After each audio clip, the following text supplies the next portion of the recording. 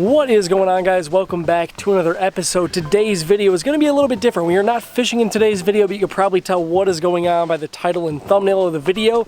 If you look behind me, you see the Skeeter SS90. I've been fishing out of this boat for the past like 3.5, 4 years. The only two things that I've ever had go wrong with this boat in the entire time that I've owned it are the voltage regulator went out once and my starter went out. And the starter was like 50 bucks, put it in myself. The voltage regulator, took it to a shop, it was like 450, 500 bucks. So 4 years, $500 worth of maintenance. Other than that, this boat has been freaking awesome. And I love fishing out of it. You guys have seen so many different tournament videos. I've caught my biggest tournament bass ever in my life. Caught my PB smallmouth. I've caught literally thousands of fish probably out of that boat right there. But finally, I thought that it was time to upgrade, and that is what today's video is about. So we're gonna walk over here and I'm gonna show you guys the new rig. Okay, well here she is. We have got ourselves a 2007 Stratos. We have the 150 horsepower Yamaha in the back there. Let me just kind of tell you guys why we decided to upgrade. So I've been wanting to upgrade for the past like 2 years or so, and the main reason that I really wanted the bigger boat was because I can't fish big lakes. I want to go up north. I want to be able to fish the bay. I want to fish Traverse City. Some of those lakes up there are 2,000, 3,000, up to 5,000 acres. And then even like Lake St. Clair, which I don't even know how many square miles or acres or however you want to classify that lake. It's massive. I cannot take that Skeeter out there unless it was slick calm, and there's no way you're going to be able to tell the weather. If you're there for 3 days, there's not a chance that at least one of the days you wouldn't even be able to go out. So I really wanted to upgrade. I got this boat right here. It's, I think, 18.5 foot. The title technically says 19 foot for some reason, but I think it's 18.6. And it's got 150 horsepower, so I could go a lot faster. I could go in a lot bigger water. It'll handle waves a lot better. But I'm going to break down some of the stuff in this boat, some of the features, things that are different in this boat than in the Skeeter that we're used to. And then maybe even some of the stuff that I want to do to this boat in the future. So let's just kind of hop up inside of here and I'm going to show you guys what we're working with, because I'm freaking stoked to be fishing out of this thing. Starting in the back here, we have the 150 horsepower Yamaha. As I mentioned, that is a big upgrade from the Skeeter. We had a 90 horsepower force motor on the Skeeter, and she maxed out at about 45 miles per hour. This boat right here is probably going to max out at around 60. Cruising speed for the Skeeter was around 40. If I had, two guys full gear in the boat, this boat should do about 52, 55 pretty easily. So on a really good day, if it was just me, very little fuel in the boat, no gear, I could probably hit 60 miles per hour, which is really awesome. I'm not really one to go fast. I never really had a spot that I was like, I need to get there more than anyone else. I need to be going 60 miles per hour. So usually for me, I cruise around going about 45, and this is just gonna be a lot nicer since I'm not gonna have to max it out. I could just kind of cruise half throttle, go 40, 45 miles per hour, and this bad boy right here is gonna get me there. So really stoked for this motor. These things are known to be really reliable. I have a couple friends that have had these things, since 2006, 2007 when they got their boats, and they are still running strong today. So really excited about that. Let's jump into some of the storage back here though too. One of the things that the Skeeter was definitely lacking was storage space, and I'm really excited because this boat has a ton of it. The Skeeter pretty much only had one tiny little compartment up front and two tiny little compartments underneath the seat, so I did not have a lot of room for tackle. This boat has got so much room. We got back compartments, we got a massive compartment up front that I'll show you guys, and we got two giant rod lockers too. But I gotta pop this open and talk about today's video sponsor really quick. So in the storage right here, as you guys can see, we have got a box from Karl's Bait and Tackle, the online tackle retail shop, which you guys know them and love them. It's the best online tackle service that you could possibly imagine, because you save 20 to 30% off of everything on the site when you're a Karl's Club member. And on top of that too, you get free shipping on your orders, and you can get Karl's insurance. So if you want to get tackle insurance, you lose bait, you could go on there, file a claim, get a brand new bait. So there's all sorts of awesome benefits. The main one is you save so much money with the 20 to 30% off on pretty much everything on the site. If you guys want to check it out, it's $49 to be a member for the entire year. You get all sorts of different benefits like I mentioned. So check that out in the description down below. Karl's and Ketchco, they help support this channel. They're the ones that help me go on awesome trips and help me purchase better boats so I can make better videos for you guys. So check them out in the description down below.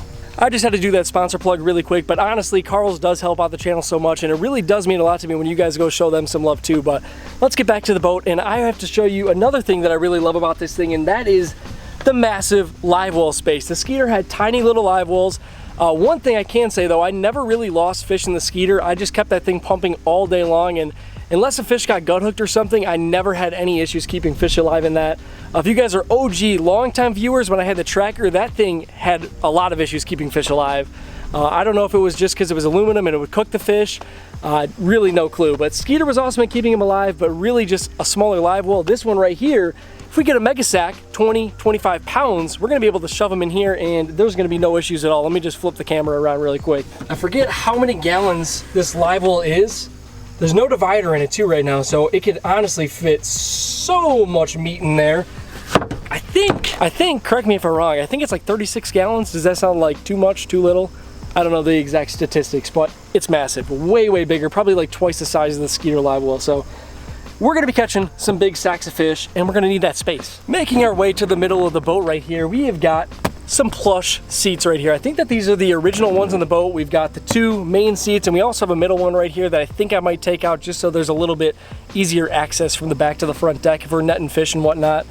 But these seats right here are in awesome condition. The ones in the Skeeter, they were starting to fall apart. Before I sell it, I actually bought brand new seats, so I'm gonna put new ones in there before she goes off to her new home because I really should have updated those a long time ago.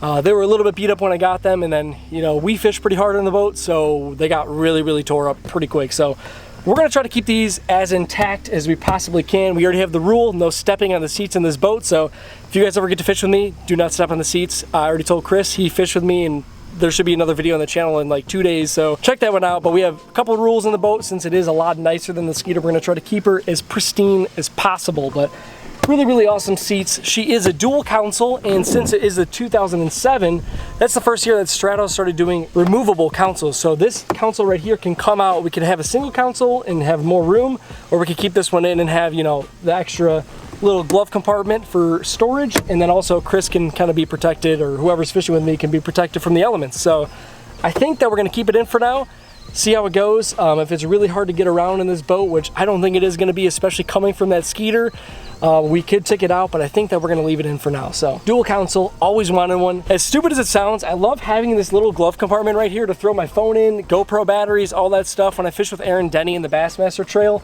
he had a dual console Skeeter and I was always throwing stuff inside of there. So just a little thing that you take for granted. Never really thought that I needed a glove compartment, but now that I fished with it for like 1 day and had it, don't know what I did without it, you know? Right here in the middle, we've got a little cooler space. So you can throw ice in there, throw drinks, all that good stuff.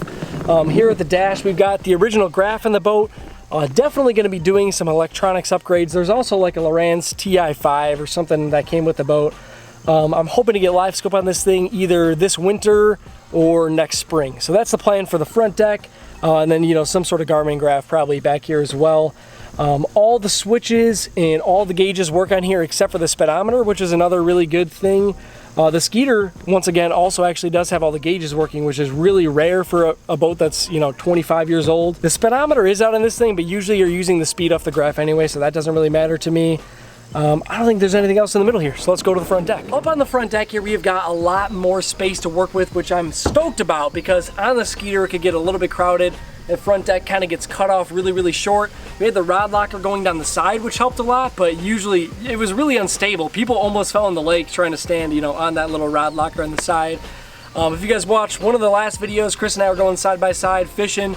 He snapped my rod in half. I mean, it was just not a lot of space in the front deck. So up here, you can fish 2 pretty comfortably, and then, you know, have someone on the back deck. It'll be a lot easier to fish 3 people out of this boat, just with the amount of space that it has.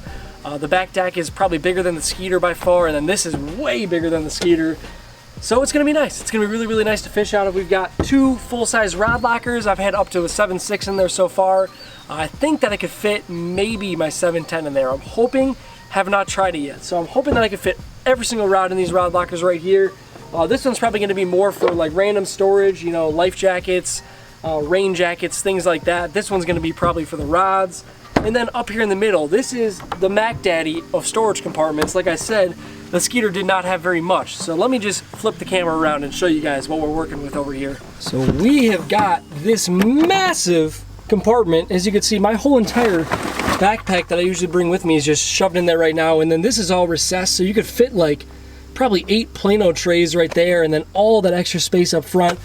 It's gonna be a game changer. Honestly, this is gonna be so much easier to fish. I'm gonna be so much more efficient on the water. I just can't begin to tell you guys how excited I am just for like small things like that I just take for granted. I really wish that I had more storage, and now finally we've got the storage space. The trolling motor is pretty much the last thing that I have to talk about on the boat. When I purchased the boat, I did receive 2 trolling motors with it. The other one, I don't even know what model it is. It is a motor guide. It's one of those electric foot pedals. It did have spot lock on it, but I just don't like those electric style because it does take a really long time for you to be able to turn around.